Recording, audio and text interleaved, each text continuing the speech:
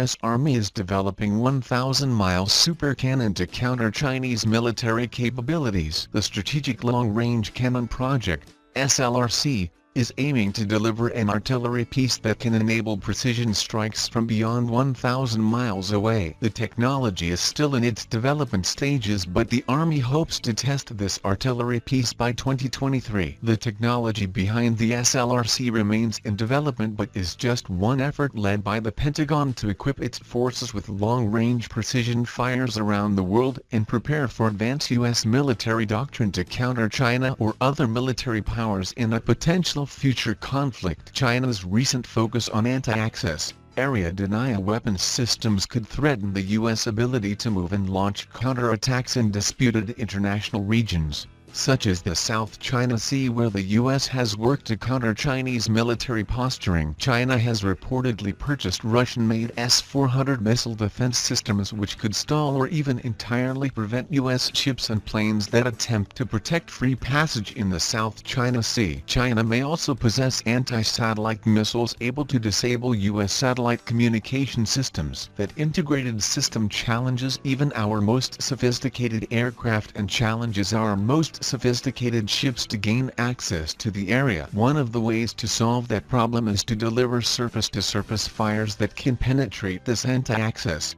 area denial complex, disintegrate its network and create windows of opportunity for the joint force to exploit, said the director of the SLRC program. A Chinese military plane that entered South Korea Air Defense Identification Zone, KADIZ, sought permission by sending prior notification, ending the practice of breaching the zone without notice. After sending the flight information, a Chinese military's Y-9 transport aircraft entered the KADIZ twice over waters near the country's southern island of Jeju. It stayed in the zone for about 77 minutes in total. Upon detecting an unidentified flight object approaching KADIZ, our Air Force scrambled multiple jets and learned it was a Chinese one. When we then tried to communicate with the Chinese side via our military hotline, China, in response, let us know of its flight information, including its route and purposes. An officer was quoted as saying, "The two sides have set up a hotline to mend defense ties soured amid tensions over Seoul's decision to host an advanced U.S. missile defense system called Terminal High Altitude Area Defense,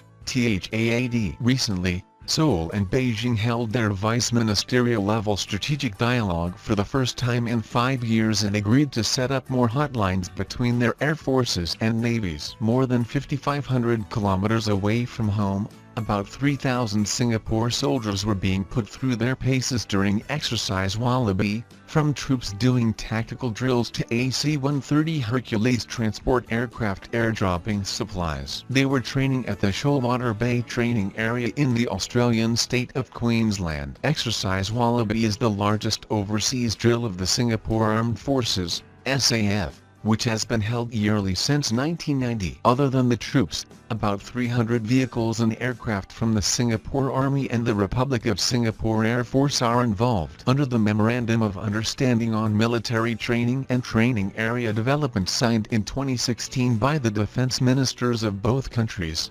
14,000 SAF troops will be able to train in Australia for 18 weeks a year. Thanks for watching. Please like, share, and subscribe. If you like the channel and want to support, please support on Patreon or PayPal. The details are given below in the description.